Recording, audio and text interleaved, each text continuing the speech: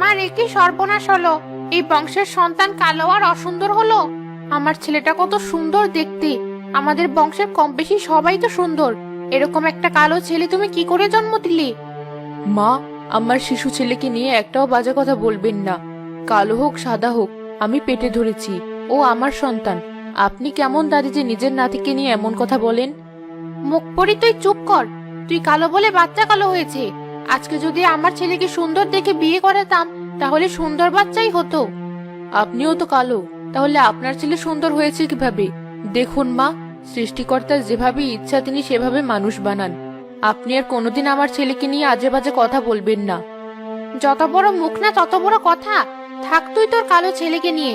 আমি আমার নাতি হিসেবে কখনোই ছেলেকে পরিচয় দেব না। আপনার পরিচয় দিয়ে আমার ছেলে বড় হবেও না মা, ওর বাবা মার পরিচয় দিয়েই বড় হবে।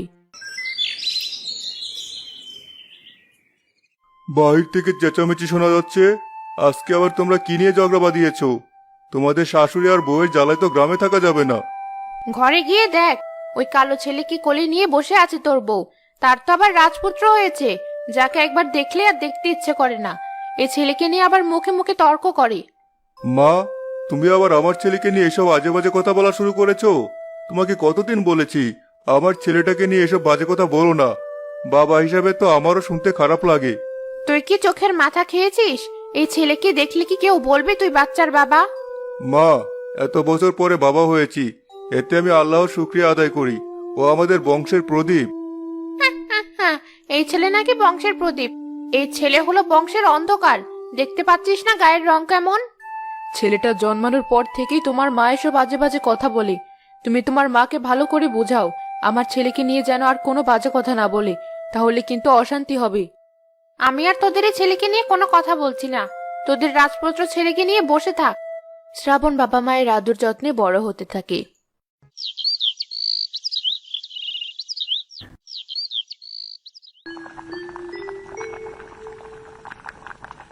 মা, কোথায় গেলে?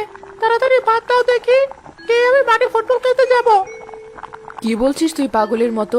তোর পরীক্ষার তো আছে আর মাত্র কদিন, আর এখন তুই কিনা স্কুল কামাই দিয়ে মাঠে ফুটবল খেলতে যাবি? আজ তোর বাবা ফিরুক, তোকে এমন মার মারবে উচিত শিক্ষা হয়ে যাবে। তোমাকে তো বলেছি মা, আমি আর স্কুলে যাব না। স্কুলের পড়াগুলো আমি বাড়িতে বসে শেষ করব, আর পরীক্ষার সময় গিয়ে পরীক্ষা দেব। কারণ কি জানো, ক্লাসের কোনো ছেলে আমার সাথে মেশে না, আমার সাথে এক বেঞ্চে বসে না, বলে আমি দেখতে অসুন্দর আর কালো। যারা তোকে কালো বলে তাদের মন কালো, আর যারা তোকে সুন্দর বলবে তাদের মন সুন্দর। সবাই সৃষ্টিকর্তারই সৃষ্টি। এগুলো নিয়ে কখনোই মন খারাপ করবি না। যা, তুই হাত মুখ ধুয়ে আয়, আমি তোকে খাবার দিচ্ছি।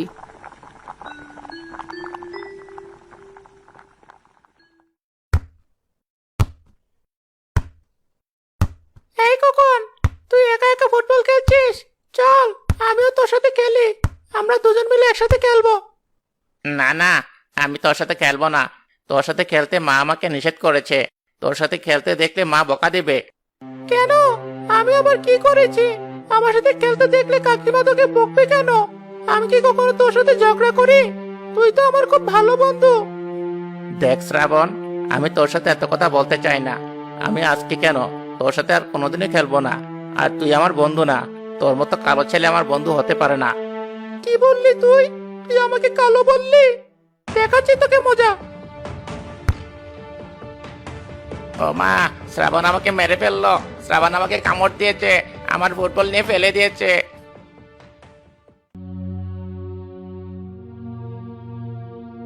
এই শ্রাবণের মা, কোথায় তুমি? দেখে যাও তোমার ডাকাত ছেলে কি করেছে। আমার খোকনকে কামড় দিয়ে রক্ত বের করে ফেলেছে। যেমন কালো ছেলে তেমনই তা দস্যিপানা। দেখেই কেমন ভয় লাগে। শাহিনা, তুমি আমার ছেলেকে ডাকাত বলছো কোন সাহসী? শ্রাবণ আর খোকন তো বেশ ভালো বন্ধু ছিল। তুমি তো খোকনকে নিষেধ করেছো শ্রাবণের সাথে যেন না খেলে। নিষেধ করেছি, বেশ করেছি। আমার ছেলে কার সাথে খেলবে কার সাথে খেলবে না সেটা আমি দেখব। তাতে তোমার সমস্যা কি? তোমার ছেলে কালো তাই আমি খোকনকে নিষেধ করেছি। ঠিক আছে, তুমি তোমার সুন্দর ছেলেকে আর আমার কালো ছেলের সাথে খেলতে দিও না। আর কোনোদিন আমার ছেলে তোমার ছেলের সাথে খেলতে যাবেও না। এবারের মতো তোমার ছেলেকে ক্ষমা করে দিলাম, কিন্তু মনে রেখো তোমার শ্রাবণকে যেন খোকনের আশেপাশে না দেখি। যদি দেখেছি তাহলে শ্রাবণের খবর খারাপ করে ছাড়বো।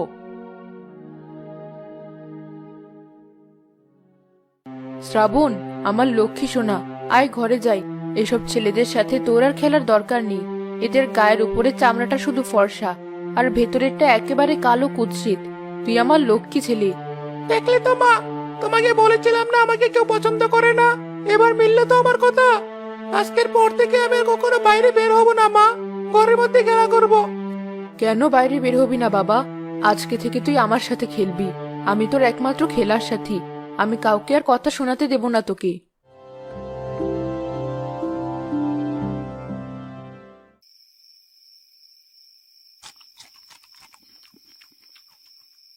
কি ব্যাপার, শ্রাবণ আজকে এত তাড়াতাড়ি ঘুমিয়ে গিয়েছে? আর তুমি এমন মন খারাপ করে বসে আছো কেন? খেয়াল করলাম ঠিকমতো খাবারও খেলে না। আমাকে বলো তো কি হয়েছে তোমার? আজ সকালে শ্রাবণ খোকনের সাথে খেলতে গিয়েছিল।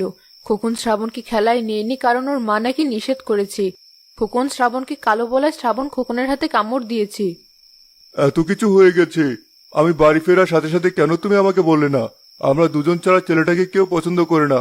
একটাবার ভেবেছো ওর কতটা কষ্ট হয়? কাল থেকে আমি শ্রাবণকে আমার সাথে নদীতে নিয়ে যাব। সারাদিন আমার সাথে নৌকায় থাকবে। সেটাই ভালো হবে। তোমার সাথে নদীতে গেলেও হাসি খুশি থাকবে, আর সাথে কাজটাও শিখবে। দিন দিন বয়স বাড়ছে।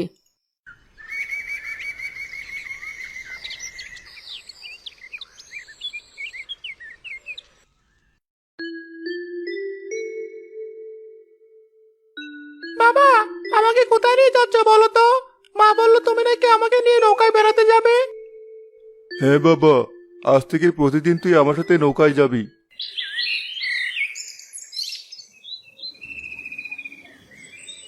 আরে সালাম, আজ এত দেরি করলে? তোমার সাথে ছেলেটা কে? এরকম কালো ছেলে আমি এর আগে কখনো দেখিনি। দেখে মনে হয় ভূতের বাচ্চা। হীরা ভাই, একদম মুখ সামলে কথা বলো। ও আমার ছেলে, ওর নাম শ্রাবণ। ও আজকে থেকে আমাদের সাথে নদীতে মাছ ধরবে, তাই সাথে করে নিয়ে এসেছি। এ নাকি নদীতে যাবে? একে দেখেও তো ভয়ে মাছ পালিয়ে যাবে। আসলে সালাম, আমি বুঝতে পারিনি ও তোমার ছেলে। আসলে তোমার সাথে কোনো মিল নেই তো। আচ্ছা, যাই হোক, বাদ দাও, চলো আমরা বেরিয়ে পড়ি। শোনো হীরা ভাই, তুমি আমার চেয়ে বয়সে অনেক বড়, তবু আমি তোমাকে একটা কথা বলি। কখনোই কাউকে চেহারা নিয়ে খোঁটা দিয়ে কথা বলতে নেই। আরে না না, তুমি আমাকে ভুল বুঝেছ। আমি এত সব চিন্তা করে তোমাকে কিছুই বলিনি। শুধু শুধু আমার উপর রাগ করো না। সেই কত বছর ধরে তুমি আর আমি একসাথে নৌকায় কাজ করছি, আমাদের মধ্যে তো কখনো মতের অমিল হয়নি। হীরা আর সালাম যখন কথা বলতে ব্যস্ত, তখন অন্য রাস্তা দিয়ে হেঁটে শ্রাবণ নদীর ওপারে চলে যায়। আমি হলাম আমার বাবা মার জীবনে একমাত্র বোঝা। এই সমাজ আমাকে কখনো মেনে নেবে না। শুধু শুধুই আমি এখানে রয়েছি। এর চেয়ে বরং আমি একটা জঙ্গলে পালিয়ে যাই, তাহলে আমার বাবা মা একটু শান্তিতে পৃথিবীতে বাঁচতে পারবে।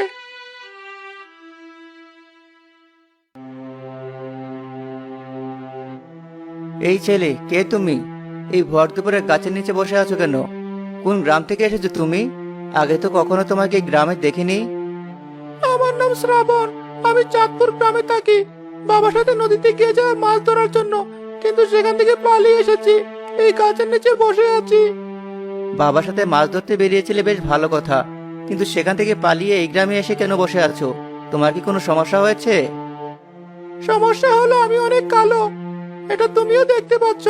যখন নদীতে মাছ ধরতে গেলাম, বাবার সাথে এক মাঝি বলল আমাকে দেখতে নাকি ভূতের বাচ্চার মতো লাগে।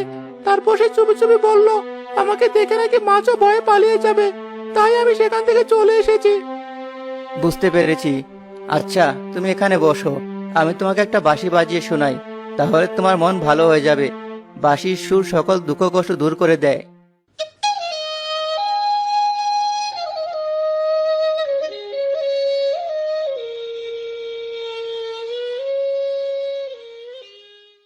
বাহ, তুমি তো খুব সুন্দর বাঁশি বাজাও। তোমার বাঁশির সুরে মন ভরে যায়। আচ্ছা, তুমি কি আমাকে বাঁশি বাজানো শেখাবে আর আমার বন্ধু হবে?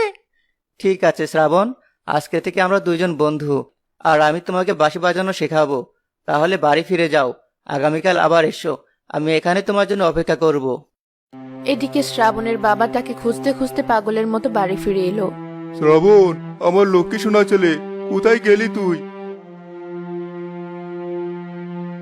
কি ব্যাপার? কি হয়েছে? এত সকাল সকাল তুমি ফিরে এলে যে? আর শ্রাবণ কোথায়? ওকে তো কোথাও দেখতে পাচ্ছি না। বউ, সর্বনাশ হয়ে গেছে। শ্রাবণ নৌকা ওঠার আগে পালিয়ে এসেছে। আসলে আজকে হীরা মাঝি ওকে দেখে কিছু বাজে কথা বলেছিল। আমার ছেলেটা মনে হয় অনেক কষ্ট পেয়েছে, তাই পালিয়ে এসেছে। কি বলছো তুমি? পালিয়ে কোথায় যাবে? ও তো বাড়িতেও আসেনি। বাড়িতে থাকলে আমি ওকে চোখে চোখে রাখতে পারতাম। দাঁড়াও, আমার ছেলেটাকে খুঁজে দেখি, হয়তো কোথাও বসে কান্নাকাটি করছে।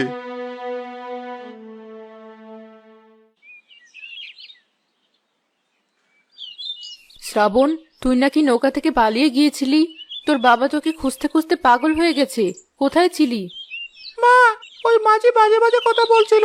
আমাকে দেখতে নাকি ভূতের বাচ্চার মতো লাগে। আমাকে দেখে নাকি নদীর মাছও ভয়ে পালিয়ে যাবে, তাই আমি সেখান থেকে পালিয়ে গিয়েছিলাম। সেটা বুঝলাম, পালিয়ে গিয়েছিলি, কিন্তু তুই তো তোর বাবাকে বলে আসতে পারতি। জানি না লোকটা কোথায় তোকে পাগলের মতো খুঁজছে। নদীর ওপারে এক গ্রামে গিয়ে এক শিমুল গাছের নিচে বসেছিলাম। এখানে আমার এক রাখাল বন্ধু হয়েছে। সে অনেক সুন্দর বাঁশি বাজায় মা। ও বলেছে আমাকে বাঁশি বাজানো শেখাবে। আচ্ছা, ভালো হয়েছে, তুই বাঁশি বাজানো শিখিস। আমি তোর বাবাকে খুঁজে নিয়ে আসি।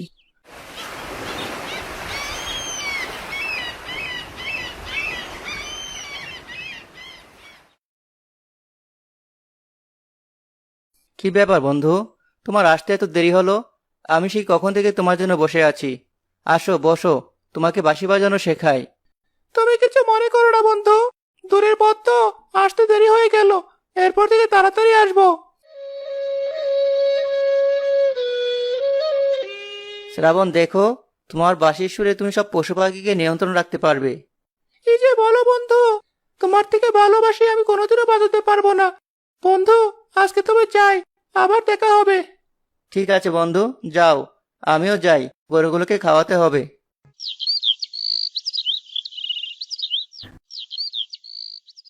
জানো সালমা, আমাদের শ্রাবণ যখন বাঁশি বাজায় তখন নাকি সকল পশু পাখি ওর আশেপাশে এসে ভিড় জমায়। এটা নিয়ে তো গ্রামে হট্টগোল বেঁধে গেছে। সবার মুখে মুখে আমাদের শ্রাবণের বাঁশির প্রশংসা। তুমি ঠিকই বলেছ, সেদিন আমিও খেয়াল করেছি। শ্রাবণ যখন বাঁশি বাজাচ্ছিল তখন অনেকগুলো পাখি ওর মাথার উপর দিয়ে গুড়গুড় করছিল।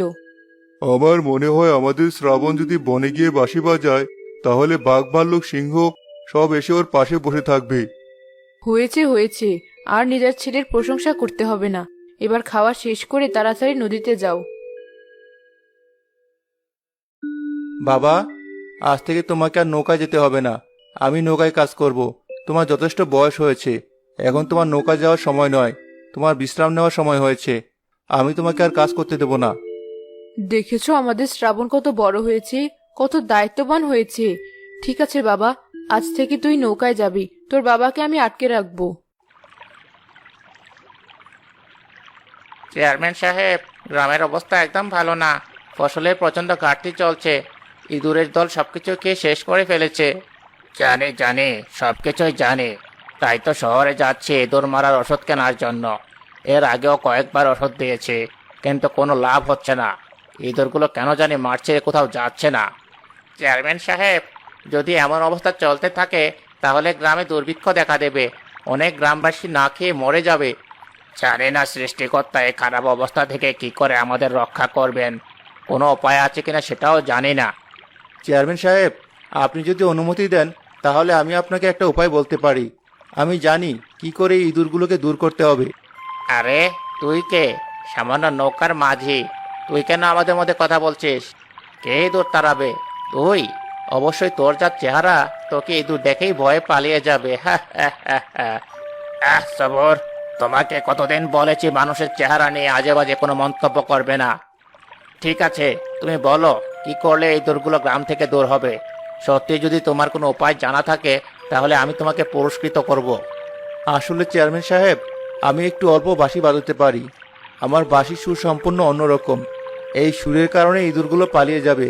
আপনি যদি অনুমতি দেন তাহলে আমি আগামীকাল সব গ্রামবাসীর সামনে বাঁশি বাজাতে চাই। এটা তো খুব ভালো কথা। সত্যি যদি তোমার অলৌকিক কোনো শক্তি থেকে থাকে তাহলে তো মন্দ হয় না। তুমি সকালবেলায় গ্রামে সেই বট গাছের নিচে চলে এসো, তারপর আমরা পরীক্ষা করে দেখব সত্যি তোমার কারণে ইঁদুরগুলো চলে যায় কিনা।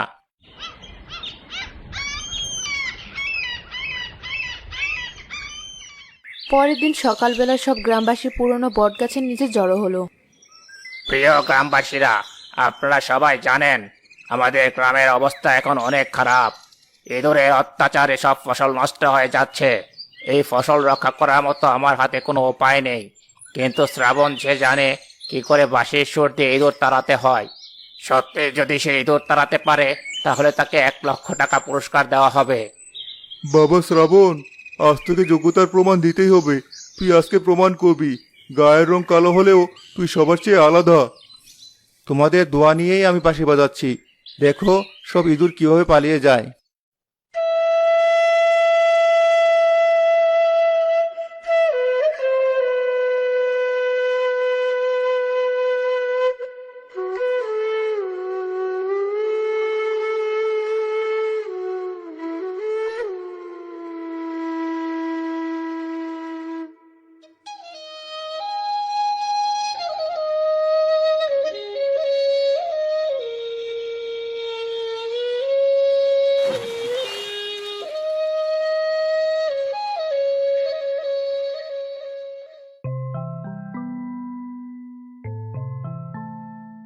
উপস্থিত গ্রামবাসীরা, আপনারা সবাই দেখতে পেলেন এই বাঁশির সুর দিয়ে কি করে সব ইঁদুর তাড়ালো শ্রাবণ।